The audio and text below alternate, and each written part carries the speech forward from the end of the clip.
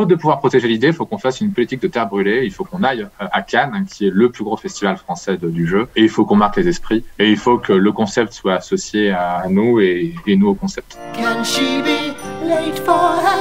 loin d'interrompre un instant la musique, mais nous avons un invité de marque que j'aimerais accueillir comme il se doit. Comme je vous le disais en début d'émission, on consacre aujourd'hui notre partie débat ludique aux jeux de société sur le cinéma. Et aujourd'hui, nous sommes heureuses et heureux d'accueillir pour une interview Harrison, co-créateur d'un jeu sur le cinéma qui fait son bout de chemin ludique, à savoir Focult. Bonjour Harrison. Bonjour Harrison. À tout le monde. Bonjour. Est-ce que tu peux te présenter pour les personnes qui ne te connaîtraient pas ? Oui, donc je m'appelle Harrison.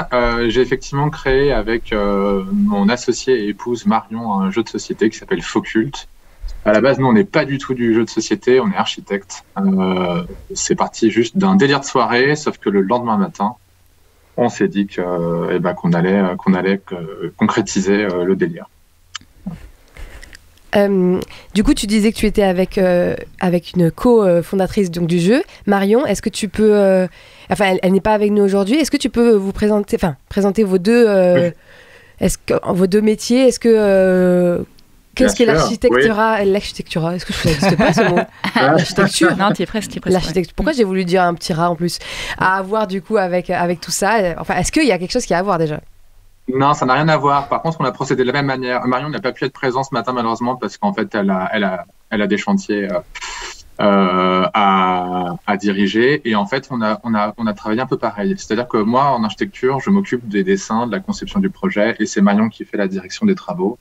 Et pour le jeu de société, en fait, on a eu un peu la même organisation, c'est-à-dire que c'est moi qui me suis occupé de lire des milliers et des milliers d'avis négatifs, de les sélectionner, de faire le graphisme de la boîte, de trouver le nom, etc. Enfin bref, tout ce qui avait rapport à la conception. Je l'ai vécu comme un projet d'architecture. Et Marion, elle s'est occupée de la partie qu'on avait beaucoup sous-estimée, qui est le déploiement, c'est-à-dire c'est pas tout d'abord une idée de jeu. Ensuite, il faut le faire fabriquer, il faut trouver des partenaires, des fournisseurs, une logistique. Et là, on a découvert un monde qu'on ne connaissait absolument pas. Moi, je voulais déjà aussi revenir sur votre rapport au cinéma. Est-ce que vous êtes des spectateurs assidus à la base ? Non. Alors, pourquoi faire un jeu sur le cinéma ? En fait, paradoxalement, je pense que c'est parce qu'on n'est pas cinéphile qu'on a pu faire un jeu comme ça aussi impertinent. En fait, nous, on va au cinéma de temps en temps. Je dirais qu'on y va peut-être 1 à 2 fois par mois. Et en fait, on est peut-être alors un peu exigeant, mais souvent, quand on est déçu d'un film, on prenait plaisir à aller voir les avis négatifs pour trouver, on va dire, la bonne formule, celle qui correspondait à ce qu'on avait ressenti, mais sur laquelle, en fait, on n'arrivait pas à mettre des mots. Et en fait, ce qui s'est passé, c'est qu'un jour, on est tombé sur des avis assez rigolos. Et on s'est dit, tiens, mais attends, plutôt que je te dise d'abord le film, tiens, je te fais deviner le commentaire, tout ça. Et très vite, on s'est rendu compte qu'il y avait une mécanique de jeu très simple qui pouvait marcher. Et alors, au début, on s'emmerdait parce que on faisait des soirées entre potes où, en fait, chacun était sur son téléphone à scroller des avis négatifs. Ce qui est chiant, ce qui est pas très drôle, et on s'est dit autant s'y mettre vraiment, et donc j'ai passé des centaines d'heures à scroller pour justement faire une sélection qui puisse permettre de se marrer à l'apéro sans passer sa soirée sur le téléphone. Mais voilà, et en fait ce qui se passe c'est que quand moi j'ai dû trouver plus de 200 films cultes sur lesquels trouver des avis négatifs, moi j'ai demandé à des copains qui sont très cinéphiles s'ils avaient des listes de films, et ce qu'ils m'ont dit, oui, il n'y a pas de problème. Et puis ils m'ont fait une liste avec 15 films japonais, 10 films russes, 2 films hongrois.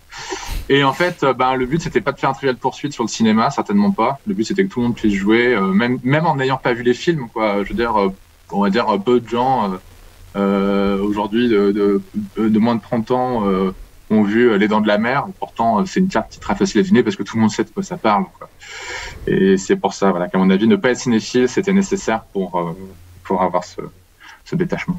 Ouais, c'est vrai que ça revient un petit peu à l'essence du jeu quand on est là en train de chercher un titre. Ah, mais c'est quoi le truc avec un tel, tout ça, et c'est vrai que ça fait beaucoup ce côté-là, puisque les avis que vous avez trouvés, ils sont souvent très décalés et peu précis pour qu'on puisse essayer de remonter le fil. Ouais, exactement. Pourquoi vous avez choisi aussi d'appeler donc ce jeu Focult ? Parce que c'est des films cultes pourtant à l'intérieur, mais ils le sont pas vraiment. Ça, je laisse à chacun le soin d'apprécier les commentaires. En fait, il se trouve que, quand on lit des avis négatifs sur Internet, que ce soit sur Allociné, Sens Critique ou d'autres, en fait, la majorité des commentaires sont pas très intéressants, c'est juste c'est de la merde et puis c'est tout, quoi. Et en fait, ce qui revient quand même très souvent, c'est ou bien des gens qui sont allés voir un film au cinéma et qui, en fait, à qui on a dit que le film allait être très bien et qui en sont déçus. Bon. Mais en général, ça, c'est pas des films sur lesquels on a beaucoup de recul, donc ils sont pas encore très populaires. La plupart du temps, en fait, les avis négatifs qui sont les plus drôles, c'est des gens, en fait, à qui, visiblement, on a répété qu'il fallait voir ce film. On peut pas ne pas avoir vu ce film. Comment? Mais t'as pas vu Indiana Jones? Et en fait, un jour, ils s'y mettent. Et en fait, ils en sont très déçus. Et là, ils se fendent d'un avis négatif. Et en fait, très souvent, dans les avis, je retrouvais cette formule. Quoi? Mais ce film est culte? Mais n'importe quoi, etc. Et puis ensuite, là, on trouvait tout le fiel auquel on peut s'attendre sur ce genre de plateforme. Et en fait, c'est là où on s'est dit, finalement, c'est ça un peu l'essence du truc, c'est qu'en fait, à chaque fois, ce sont des commentaires de gens déçus. Et c'est pour ça, d'ailleurs, que leur déception leur a donné de l'esprit.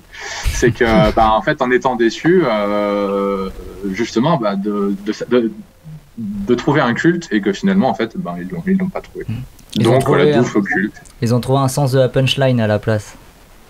Paradoxalement, j'avais cherché aussi dans les avis positifs et en fait, il y a ni absurde ni comique. J'avais même essayé, je m'étais dit allez, faudrait faire un contre-faux culte où je mets que des avis ultra positifs sur des films dont il est de notoriété publique qui sont absolument nuls. Mais en fait, le problème c'est que s'ils sont absolument nuls, ils sont rarement connus.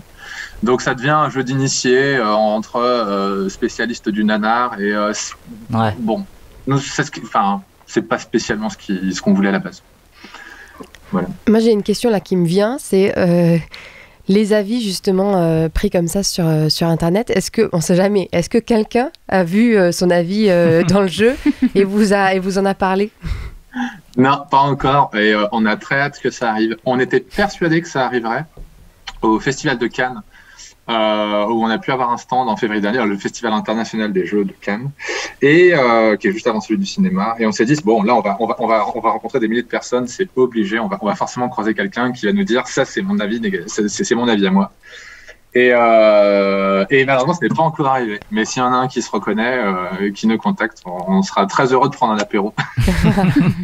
Ça doit être quand même satisfaisant de retrouver son petit avis comme ça dans un jeu. Faudra mettre des punchlines de notre émission The Cinema Show. Parfois, on est très acerbe. Comme ça, là, on se reconnaîtra dedans. Souvent,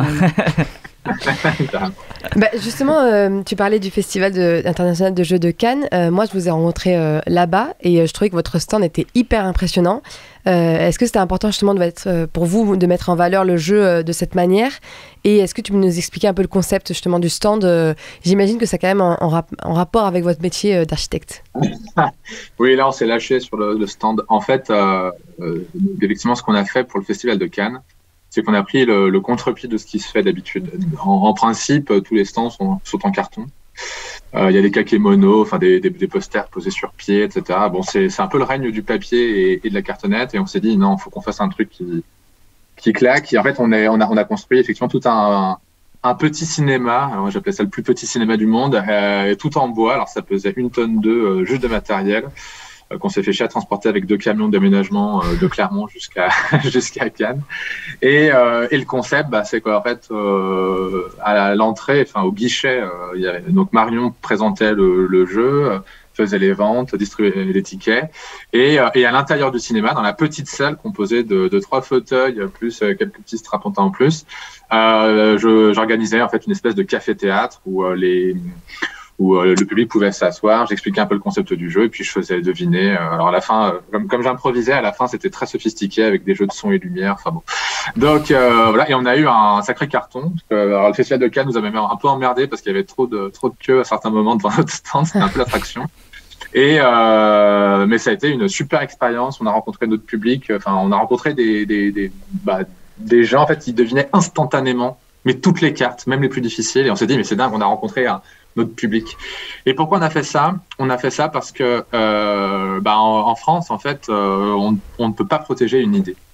Nous, on a eu cette idée-là, on s'est dit, putain, ça ne peut que marcher, tous nos copains, la famille, les proches. J'ai même eu des clients qui sont tombés sur notre jeu, qui nous ont dit, mais ça peut vraiment cartonner. Et en fait, on s'est rendu compte que, ouais, mais à part protéger le nom, le dessin, c'était à peu près tout, quoi. Et en fait, comme on a été démarché par des éditeurs, suite à notre campagne de pré-financement sur KissKissBankBank, et que suite à cette campagne qui a été qui a été un beau succès, on a été démarché par des éditeurs et qu'on a refusé les offres des éditeurs parce que ils achetaient l'idée mais ils refaisaient tout.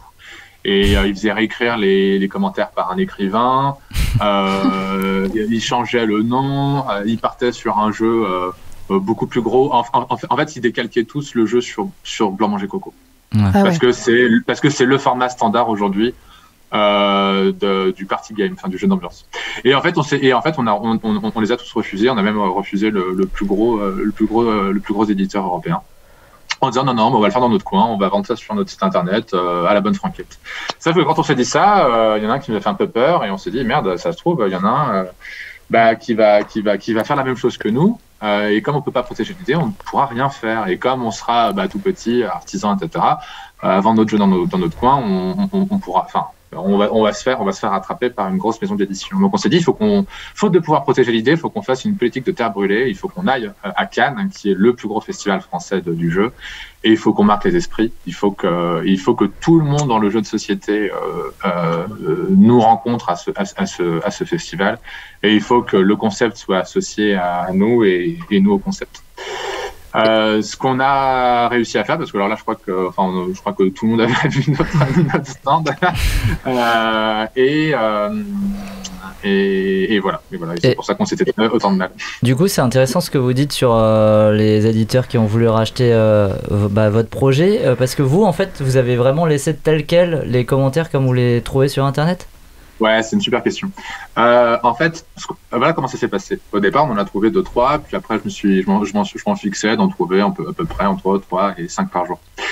Et puis le soir à l'apéro, du coup, on a été obligé de faire beaucoup d'apéros de recherche et développement. Le soir à l'apéro, je les lisais à Marion, donc mon associé, et puis aux copains, etc. Et en fait, très vite, il s'est posé cette question-là de merde, qu'est-ce qu'on fait des commentaires?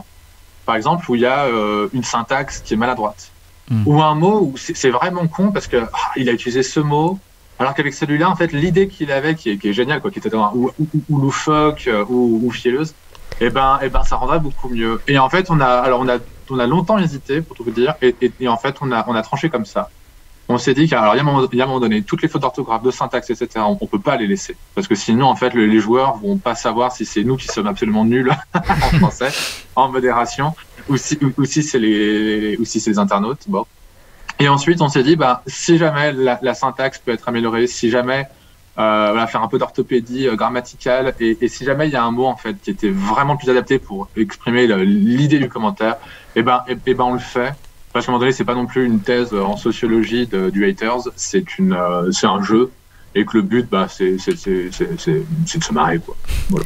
Et vous avez hésité aussi à citer les noms des pseudos qui ont fait les commentaires? Non, pas du tout. Non, on l'a envisagé, ça c'est clair, mais on n'a pas du tout hésité sur le fait de ne pas le faire, pour la raison suivante, c'est que très très très très très majoritairement les avis qui sont donnés, négatifs, ou en tout cas les avis qui sont donnés sur ces sites-là, déjà c'est des pseudos, c'est pas l'identité des gens.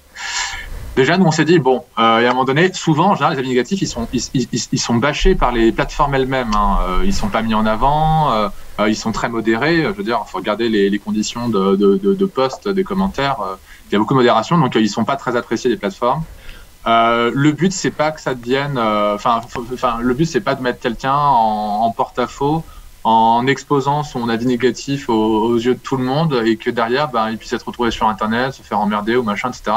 Très vite on s'est dit waouh, encore une fois là ça reste, c'est pas non plus un article journalistique, c'est un jeu, et l'important c'est le contenu, que tel ou tel a écrit ça, on s'en fout, quoi. Enfin, en quelque sorte. Ouais. Voilà, c'était notre partie. Et vous avez cité Allociné Sens Critique, c'est essentiellement là que vous avez trouvé les critiques, ou il y a d'autres endroits? On a eu aussi de l'avis Google. Okay. Ça, faut vraiment du film tout public pour. Mais paradoxalement, il y a des films où j'ai eu énormément de mal à trouver des avis négatifs. Notamment un qui m'avait donné beaucoup de peine, c'était Maman, j'ai raté l'avion. Ouais. Où là, j'ai vraiment raclé les fins fonds des forums d'internet parce qu'en fait, il y a des films où je sais pas, ça n'a pas suscité l'inspiration. En fait, souvent les films humoristiques et pour enfants, en fait, les parents se donnent même pas la peine d'être déçus parce qu'ils n'attendaient rien de ces films et les gamins sont en général trop jeunes pour critiquer. Mais donc là, effectivement, là, j'ai pu aller chercher sur d'autres plateformes. Cinétrafic, il y en a un tout petit peu. Voilà un peu. Par rapport à ce que vous disiez sur votre désir d'indépendance et de distribution locale, j'ai envie de dire, sur votre site, vous annoncez que vous allez bientôt travailler avec Gigamic. Est-ce que vous pourriez nous parler de ce projet-là ? Oui, bien sûr. En fait, suite à Cannes, on a eu des tombereaux de propositions de distributeurs, d'autres éditeurs, des fabricants, des cinémas qui se sont proposés des partenariats dans le cadre de festivals ou d'événements. Enfin, bon. Et en fait, on s'est fait totalement dépasser. Déjà, le Festival de Cannes nous a demandé 1 mois et demi de travail. Qu'on a dû prendre tous les soirs, tous les week-ends, y compris un peu sur notre boulot d'archi. Le Festival de Cannes, son installation, le festival en lui-même, puis le démontage, ça nous a pris 10 jours. Quand on est revenu de Cannes, on était épuisés. On était en retard sur notre boulot d'architecte. Et en fait, il s'agissait de mettre à profit, de transformer l'essai sur tout ce qu'on avait pu dégager comme opportunité pour le festival. Ce qu'on n'a pas réussi à faire. On était totalement sous l'eau et notre métier principal avec beaucoup plus de responsabilités, c'est l'architecture.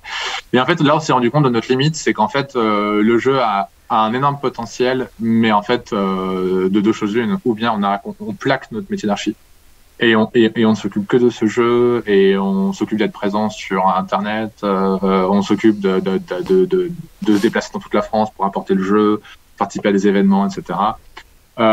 Ou alors, non, on accepte que notre premier amour, c'est l'architecture et il faut qu'on trouve un moyen de faire ce qui nous plaît le plus sur le jeu et de déléguer ce qui nous intéresse le moins. Et il se trouve qu'en fait, on est nul en plein de trucs. On est nul en réseaux sociaux. En fait, nous, là, les posts qu'on trouvera sur l'Instagram ou le Facebook de notre focus, en fait, c'est les périodes où on a des stagiaires. Parce qu'en fait, on leur demande un coup de main pour ça parce qu'on est nul. Enfin, voilà, à chaque fois, ils m'expliquent comment est-ce qu'on fait pour poster sur Instagram, etc. On sait pas faire. On aime peut-être pas beaucoup ça aussi, on va dire, dans notre quotidien.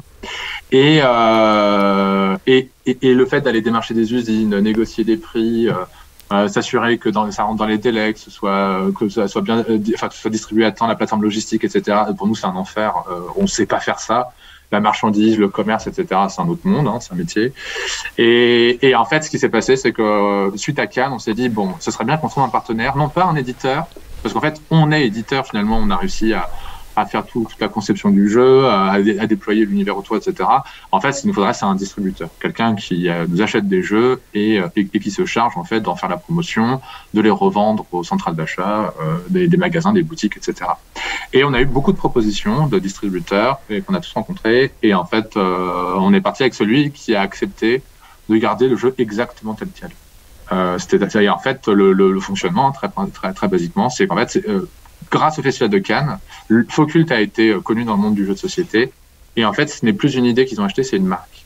En fait, maintenant, c'est une licence dont on loue l'exploitation. Et le principe, c'est que moi, je leur ai fourni tous les gabarits pour la fabrication de la boîte, le contenu du jeu, etc. Et en fait, là, ils vont même se charger de le faire fabriquer.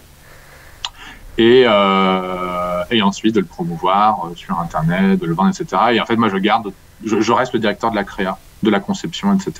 Donc ça va mettre beaucoup de temps à arriver parce que là, il est prévu que la sortie soit pour, on va dire, milieu printemps 2023. Donc d'ici là, nous, on continue à fonctionner tel quel avec notre stock. Et ça va être très bien pour nous parce que moi, je vais pouvoir me reconcentrer sur ce qui me plaisait, c'est-à-dire chercher des commentaires. Et déjà là, ce qui commence à faire, ça me permet de dégager un peu de temps pour préparer une suite. Et vous allez le fabriquer, ça va être fabriqué au même endroit qu'avant ou ça va changer ça aussi ? Ce sera pas. Alors là, les jeux qu'on a ont été fabriqués à Clermont-Ferrand et à Troyes. Ok. Il est peu probable que ce soit fabriqué à Troyes pour la nouvelle version. Par contre, ça a été contractualisé que le jeu serait toujours fabriqué en France. Ça, on y tenait beaucoup. Et là aussi, Gigamic, ça fait partie de leur atout, c'est que ils sont dans cette veine-là. C'est très familial. On est allé les rencontrer à Vimoreux il y a quelques semaines. C'est vraiment une ambiance super sympa et ils sont dans cet esprit de faire les choses bien, de pas faire dans le placement mercantile comme certains éditeurs nous proposaient de transformer le jeu en faisant avec des idées putassières, etc. Non, on reste vraiment exactement sur le principe. Et vous avez dit le mot marque, donc est-ce que ça va vraiment marcher comme une marque? Le jeu va être décliné sur d'autres univers ou d'autres variantes? Ouais. Et auquel cas, est-ce que vous allez être directeur artistique, enfin, est-ce que c'est contractualisé que vous serez directeur artistique de toutes les itérations, ou alors vous avez vendu la marque et vous gérez juste le Focult en tant que tel? Non, tout ce qui alors aujourd'hui, le partenariat qu'on crée avec Gigamic porte sur Focult. Mais ce qui a été convenu, c'est que les déclinaisons éventuelles du concept, effectivement, seraient faites par nous, sauf à ce qu'on refuse de le faire. Mais en tout cas, voilà, on aurait la primeur. Cela étant dit, moi, je fondais énormément d'espoir sur l'idée de faire des versions de Focult sur d'autres thèmes. Moi, je pensais notamment, par exemple, aux jeux vidéo. Ou par exemple, ça pouvait être des produits en vente sur Internet. Donc là, la patente sera plutôt du genre Amazon, eBay, etc. Il y avait aussi peut-être les lieux touristiques, parce que ça, c'est des trucs qui ont été faits à la radio, etc. Mais en fait, ça marche pas. J'ai passé beaucoup de temps, ça marche pas du tout, parce qu'en fait, il n'y a pas la même quantité de commentaires, mais pas du tout. Sur un film, je sais pas, moi, prenons au hasard, un film comme Indiana Jones, Amélie Poulain, Titanic, etc. Il y a des milliers d'avis négatifs, des milliers. Donc là-dedans, il y a une chance d'avoir une perle ou deux.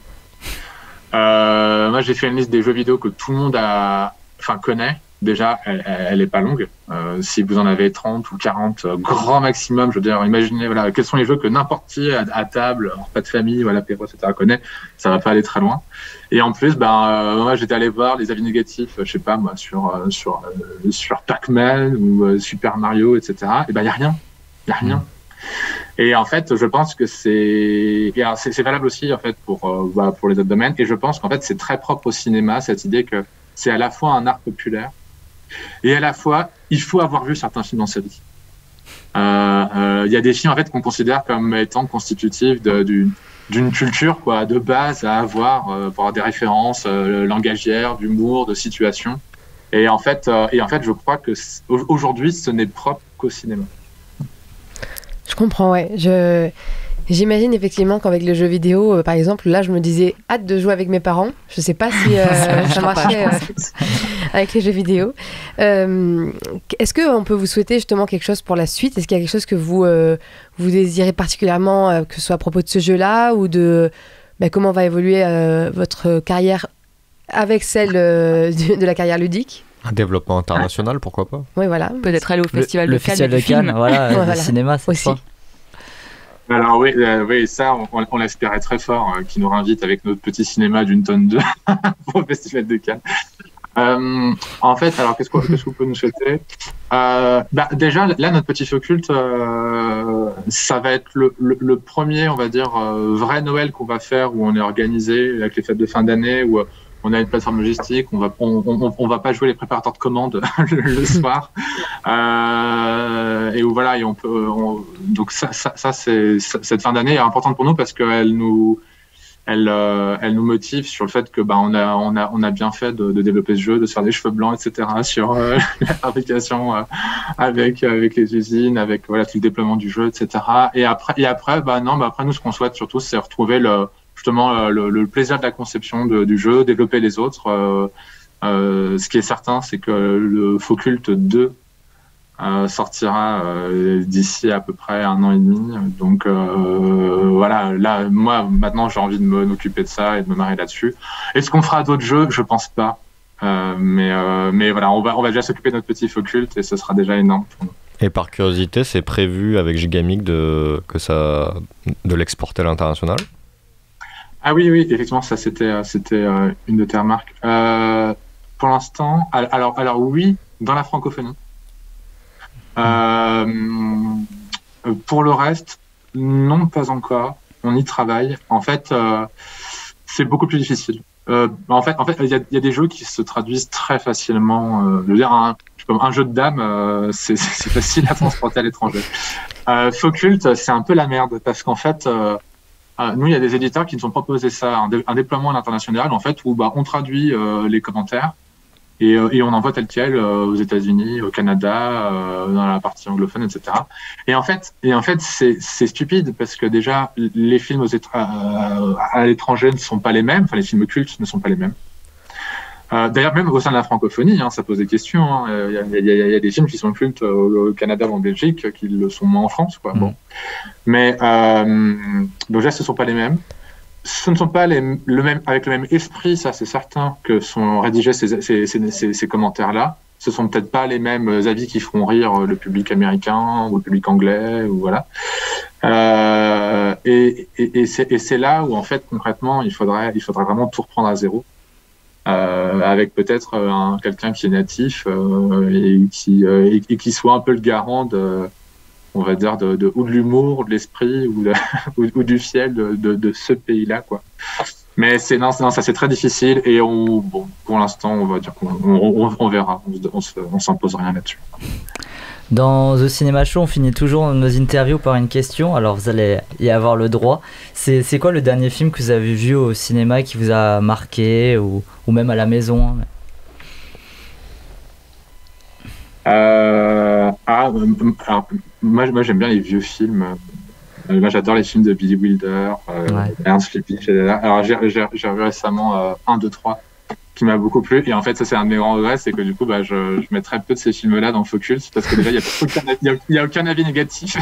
Il y en a très peu, ils sont trop vieux et ils sont pas forcément, on va dire, tout public. Mais ouais, moi j'aime bien ces films-là.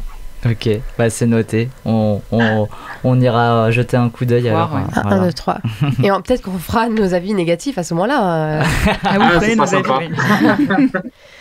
Merci beaucoup Harrison du coup d'avoir accepté cette interview. C'était super intéressant de voir les coulisses de tout ça, sachant que du coup moi je vous ai connu aussi avec Cannes et que j'étais hyper curieuse d'en savoir plus à partir de votre décor. Donc vous avez travaillé 10 jours à ce moment-là, plus 1 mois et demi, mais c'était pas pour rien. Donc c'est donné du mal, merci. Merci beaucoup et on se retrouve du coup avec le jeu. Si vous voulez l'acheter pour les fêtes, il est sur donc le site internet de Focult. N'hésitez pas à nous dire aussi si vous avez écrit une critique négative oui, on veut savoir. Du jeu. Et puis il y aura aussi un jeu concours. Et il y aura aussi un jeu concours. Une petite annonce d'un coup là. Je sais pas, tu me lances des perches, alors j'enchaîne. Vas-y. Voilà. Il pourrait y avoir un Focult édition jeu pour le Festival de Cannes. C'est vrai ça, ils font toujours leur petit jeu. Ils donnent des idées. Leur jeu méta. On avait commencé à le faire et on s'est dit qu'on va se faire détester si on débarque à Cannes en plus avec notre joli stand et des critiques acerbes pour tout le monde. Non, on s'était interdit celui-là. C'est vrai que ça met un peu le monde à dos. C'est peut-être pour ça que Festival de Cannes, est-ce que lui-même va... de cinéma, de cinéma, ouais. Ah ouais, bon. Ça serait drôle de vous voir là-bas en vrai. Franchement, moi j'adorerais. Oui. Ça, c'est ce qu'on va voir. On a envoyé, là, il y a quelques semaines, on a envoyé un jeu à une 12aine d'acteurs. Ok. Alors là, c'est vraiment des bouteilles à la mer. On l'a fait, de façon un peu hasardée, mais on se dit que ce serait quand même extraordinaire qu'il y ait un acteur qui ait la dérision de jouer sur un film qu'il a participé. On verra bien si ça arrive. Ça, ce serait très chouette. Par curiosité, vous avez envoyé ça à qui? Oui, des noms. On a envoyé ça à Jean Dujardin, à Gérard Depardieu, Guillaume Canet. Les grands noms. Audrey Tautou. Ouais, on s'est dit quitte à y aller, on y va à fond. On verra. Vaut mieux. Non, mais c'est bien. On verra bien déjà si ça atterrit quelque part. Bon, et nous, on vous préparera une liste de nos meilleurs avis négatifs sur les films, parce que j'ai l'impression que toutes les semaines, on voit que des films de merde. Donc, En tout cas, on a pas mal d'avis négatifs, c'est sûr. je spoil. Merci beaucoup encore. Merci beaucoup. Merci. Bonne journée. Merci. Au revoir. Au revoir. Can she be late for her cinema show? Cinema show.